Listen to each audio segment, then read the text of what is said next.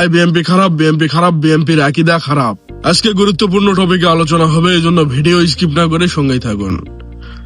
হে আসসালামু আলাইকুম কলিজার টুকরা পোলাপান, আমি আপনাদের শাকিল খান। যদিও রোজা থাকে ক্যামেরার সামনে আসার কোনো ইচ্ছা ছিল না এই টপিক নিয়ে, কারণ মাথা অত্যন্ত গরম, মুখ দিয়ে উল্টাপাল্টা কথা বের হয়ে যেতে পারে, রোজা হালকা হয়ে যেতে পারে। সাপোজ আপনি কাউকে বুঝাচ্ছেন যে ভাই বিএনপি খারাপ, বিএনপি খারাপ, বিএনপির আকীদা খারাপ, তাহলে সেই লোকটা অটো বুঝে নিবে যে আপনি জামাত করেন বা এনসিপি করেন, তাকে আর মুখ দিয়ে বলতে হবে না। তো আপনি বারবার ফেসবুকে কিছু পোস্ট দেখতেছি যে তারা ইরানিরা খারাপ, ইরানিরা শিয়া, তাদের আকীদা খারাপ।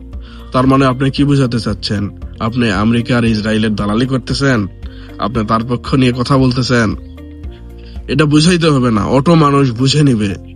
তো কিছু ভাই দেখলাম, কিছু হুজুর নামে, তাই উল্টাপাল্টা কথা না বলি ভাই, কিছু হুজুর, কিছু মৌলবী, কিছু ভাই, কিছু দেখলাম যে তারা পোস্ট করতেছে তারা শিয়া, তাদের আকীদা খারাপ, তারা কাফের, তাদের পক্ষ যারা নিবে তারা কাফের। ভাই মাথার যে ব্রেন সেটা কি কন্ট্রোল, মাথার যে ব্রেন সেটা কি আপনি পিছনে রাখেন? তারা কখনো দেখবে না আপনি হানাফি না সালাফি, আপনি শিয়া না সুন্নি, কওমি না দেওবন্দি। তারা যখন মারবে আপনাকে, আপনি লা ইলাহা ইল্লাল্লাহ বিশ্বাসী কিনা, আপনি মুসলিম কিনা, তাইলে আপনাকে মারবে ভাই। আপনারা এই কোন আকীদা মাকিদা দেখবে না। আপনি এই সময় এসে বলতেছেন তারা কাফের, তাদের আকীদা খারাপ। দেখতেছেন দুইটা দেশের মধ্যে এখন যুদ্ধ হচ্ছে, দুইটা দেশ এখন কোন দেশ? ওটা যদি হইতো যে একটা মুসলিম দেশের সাথে আর একটা মুসলিম দেশের যুদ্ধ হচ্ছে, যেমন এখানে পাকিস্তান আর আফগানিস্তান যুদ্ধ হচ্ছে, আপনি এখানে ফতুয়া দিতে পারেন, ওখানে ফতুয়া দিচ্ছেন ভাই। ওখানে ফতুয়া কার পক্ষ হয়ে দিচ্ছেন আপনি? ভাই উল্টোপাল্টা কথা বের হয়ে যাবে, আগেই বলছিলাম। এজন্য নিজেকে অনেকটা কন্ট্রোল করার চেষ্টা করতেছি। আপনাদের জন্য, আপনাদের কিছু ফতুয়ার জন্য মানুষ এতগুলা বিভক্ত হয়ে গেছে।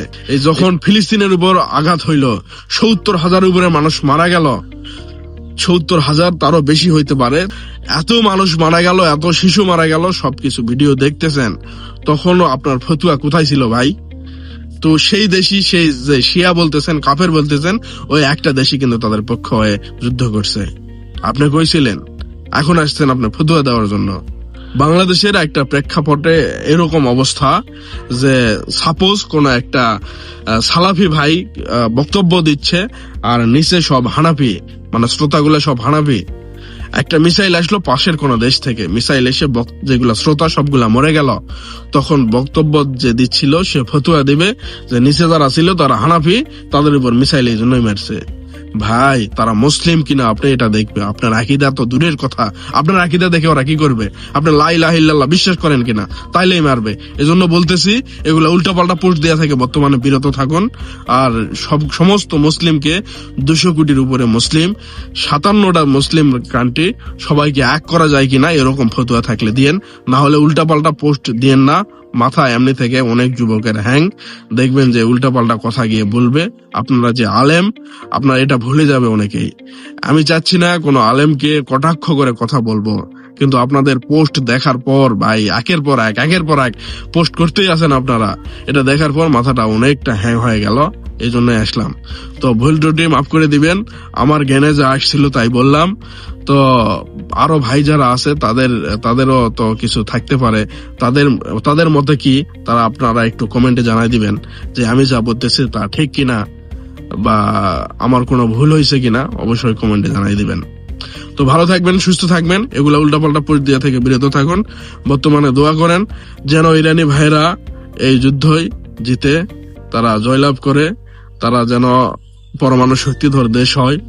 কারণ তারা ছাড়া আমি আর কাউকে দেখতেছি না এই 57টা কান্ট্রির মধ্যে যে মাথা উঁচু করে ইহুদিদের সাথে যুদ্ধ করবে। তারা ছাড়া বর্তমানে আর কোনো দেশকে দেখতেছি না।